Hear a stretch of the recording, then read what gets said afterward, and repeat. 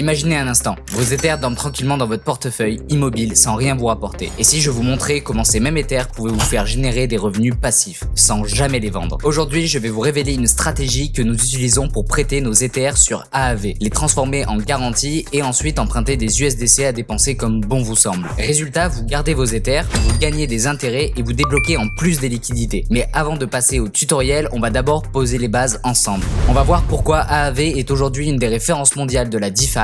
On va aussi clarifier une confusion que beaucoup de gens font encore, la différence entre stacker et fournir des liquidités. Et ensuite on passera à la pratique avec un tuto complet, étape par étape, directement sur mon écran. À la fin de cette vidéo, vos Ethers ne dormiront plus dans votre wallet, ils travailleront pour vous. Allez, c'est parti. AAV, c'est en fait la banque décentralisée de référence dans le monde de la DeFi, qui permet à n'importe qui dans le monde de prêter ou d'emprunter des crypto-monnaies sans passer par une banque traditionnelle. L'histoire d'AAV commence en 2017, sous le nom de ETH Land, avec une idée déjà innovante qui était de permettre à deux personnes de se prêter directement des cryptos de pair à pair via un smart contract. En 2018, le projet change de nom pour devenir AAV, ce qui veut dire fantôme en finnois, et adopte un modèle beaucoup plus robuste avec un pool de liquidités centralisé par actif. Le fondateur Stani Kulslov est un développeur et juriste finlandais passionné par la finance décentralisée dont l'objectif était de créer un protocole totalement transparent, ouvert et sécurisé qui pourrait fonctionner 24 heures sur 24 et 7 jours sur 7 sans avoir besoin d'un intermédiaire. Aujourd'hui, AAV gère plus de 5 milliards de dollars en TVL, c'est-à-dire la valeur totale bloquée dans ses smart contracts, ce qui témoigne vraiment de la confiance de ses utilisateurs. Cette confiance vient de trois éléments principaux. Premièrement, sa longévité, puisque AAV existe depuis plus de 6 ans, ce qui est un record dans le monde de la DeFi. Deuxièmement, sa sécurité, car le protocole a été audité plusieurs fois par des entreprises spécialisées. Et dernièrement, sa communauté avec des milliers de détenteurs de jetons AAV qui participent à la gouvernance et surveillent l'évolution du projet. Bref, on ne parle pas d'un petit protocole obscur, mais bien d'un pilier de la finance décentralisée. C'est pour ça qu'on va l'utiliser aujourd'hui pour mettre nos Ethers au travail. Avant de passer au tutoriel, il faut clarifier un point important, car sur AAV, stacker et fournir des liquidités, ce n'est absolument pas la même chose. Fournir des liquidités, qu'on appelle aussi lending, c'est quand vous déposez vos cryptos dans un pool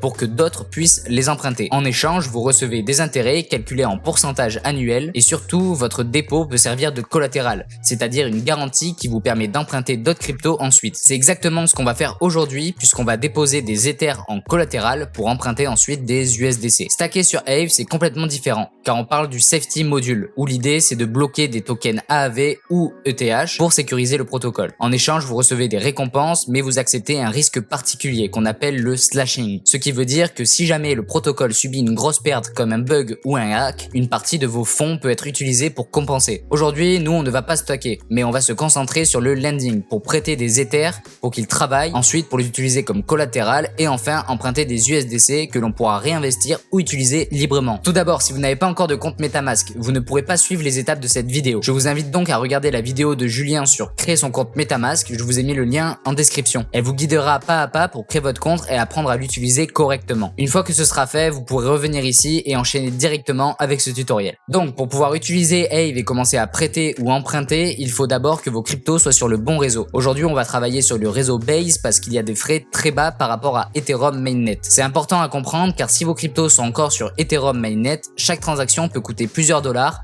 parfois même plus de 10 dollars en période de forte activité. Alors qu'en passant par Base, on divise ses frais par 10 voire par 20. On va surtout utiliser des Ethers pour le prêt, puis on empruntera des USDC. Donc si vos Ethers sont sur Ethereum Mainnet, il va falloir les bridger vers Base. C'est un peu comme si vous changiez de voie sur une autoroute car vos fonds passent d'un réseau à un autre en conservant leur valeur et leur type, puisque un Ether reste un Ether. Petit rappel important, même si vous bridgez des Ethers, pensez à garder un tout petit peu d'Ether sur Base disponible pour payer les frais de transaction une fois arrivé. Heureusement, comme on bridge des Ethers, on aura automatiquement du gaz sur Base.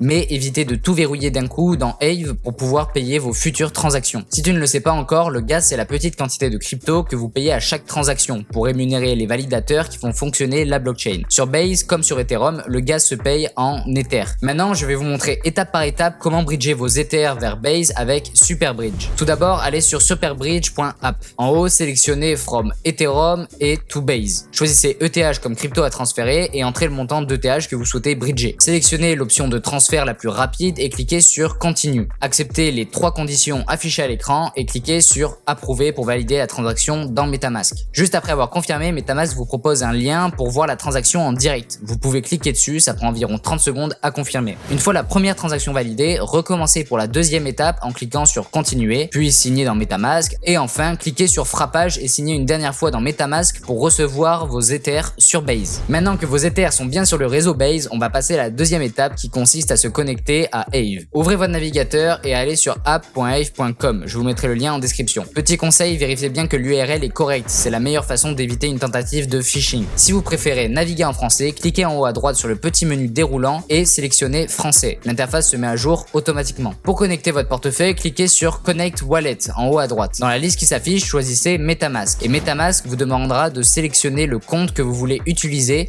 puis de confirmer la connexion. Maintenant, il faut vérifier le marché sélectionné car en haut de l'interface, vous verrez un menu déroulant permettant de choisir le marché. Cliquez dessus et sélectionnez Base Market pour voir apparaître la liste des cryptos disponibles sur Base avec leur rendement APY pour le prêt et l'emprunt. L'APY ou Annual Percentage Yield, c'est le rendement annuel exprimé en pourcentage. Il vous indique combien votre dépôt pourrait vous rapporter sur un an. Maintenant qu'on est connecté à Aave, on va voir comment fournir des liquidités. Autrement dit, prêter nos Ethers au protocole pour générer des intérêts et les utiliser comme collatéral pour ensuite emprunter. Le collatéral, c'est simplement une garantie. Si vous ne remboursez pas ce que vous avez emprunté, le protocole vend cette garantie pour récupérer les fonds. Donc sur la colonne de gauche, vous avez la section Supply qui liste toutes les cryptos que vous pouvez déposer. Cherchez ETH dans la liste et à droite de son nom, vous voyez 3 informations clés qui sont le solde disponible dans votre portefeuille, le rendement annuel APY que vous pouvez obtenir en prêtant vos ETH et une case collatérale qui, si elle est cochée, permet d'utiliser ce dépôt comme garantie pour ensuite emprunter. Cliquez sur la ligne ETH et une fenêtre s'ouvre avec le nom complet de la crypto, le montant exact que vous possédez sur Base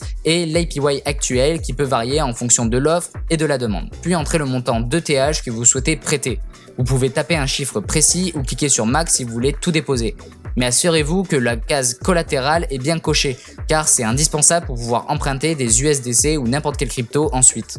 Enfin, cliquez sur Supply en bas de la fenêtre et MetaMask s'ouvre automatiquement pour vous demander de signer la transaction. Vérifiez les frais puis cliquez sur Confirmer. Après quelques secondes, votre dépôt apparaît dans la section Your Supplies où vous voyez le montant prêté, l'APY et la petite icône verte collatérale activée. Et voilà, vous venez de prêter vos ETH sur Aave et à partir de maintenant, ils génèrent des intérêts automatiquement, tout en servant de collatéral. On va maintenant pouvoir les utiliser pour emprunter des USDC. C'est une stratégie intéressante car vous conservez vos ETH, donc vous profitez toujours de leur éventuelle hausse tout en obtenant des USDC que vous pouvez utiliser pour soit acheter plus de TH, soit investir ailleurs ou les garder en réserve. Quand vous empruntez sur Aave, votre collatéral doit toujours maintenir un health factor supérieur à 1. Si votre HF tombe à 1, c'est la liquidation immédiate. Pour être tranquille, gardez toujours un HF entre 2 et 4, ce qui veut dire qu'il ne faut pas emprunter le montant maximum proposé. Donc dans la colonne de gauche, passez à la section Borrow et cherchez USDC dans la liste. À droite, vous voyez le taux d'intérêt emprunteur APY, c'est ce que vous paierez sur votre prêt, et le montant maximum que vous pouvez emprunter selon la valeur de vos Ethers déposés.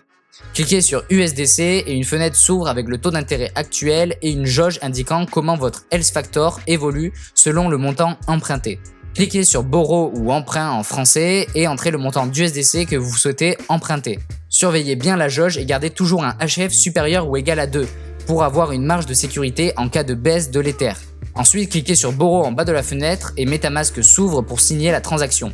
Vérifiez les frais, puis confirmez. Dans la section Your Borrows, ou vos emprunts en français, vous voyez vos USDC empruntés avec le taux d'intérêt appliqué. Et si vous ouvrez MetaMask, les USDC empruntés apparaissent directement dans votre portefeuille. Maintenant, on va prendre un exemple concret pour voir pourquoi cette solution peut être intéressante. Imaginons vous avez 2 Ethers déposés en collatéral. Vous empruntez l'équivalent de 1000 USDC et vous les utilisez pour acheter 0,5 Ether. Si le prix de l'Ether passe de 2000 à 3000 $, vos 2,5 Ether valent maintenant 7500 $ au lieu de 5000 $ au départ. Vous remboursez vos 1000 USDC, environ 0,33 Ether au nouveau prix, et vous gardez la différence comme bénéfice. Mais attention, si l'ETH baisse fortement, c'est l'effet inverse. La valeur de vos 2 Ethers en collatéral diminue, donc votre health factor chute, et si vous tombez trop près de 1, vous risquez la liquidation, où Aave vend automatiquement une partie de vos Ethers pour rembourser le prêt, et vous perdez une partie de votre position. C'est pour ça qu'il faut toujours surveiller son health factor et ne jamais emprunter trop près de la limite. Ce qu'on vient de voir, c'est la base qui consiste à utiliser vos Ethers comme collatéral pour générer des rendements et obtenir des USDC. Mais sur AAV, vous pouvez pousser la stratégie encore plus loin. Vous pourriez par exemple utiliser des USDC empruntés pour racheter de l'Ether, puis redéposer à nouveau ces Ethers sur AAV comme collatéral. Avec ce nouveau collatéral, vous pouvez emprunter encore plus d'USDC et répéter le processus, ce qui vous permet d'augmenter votre exposition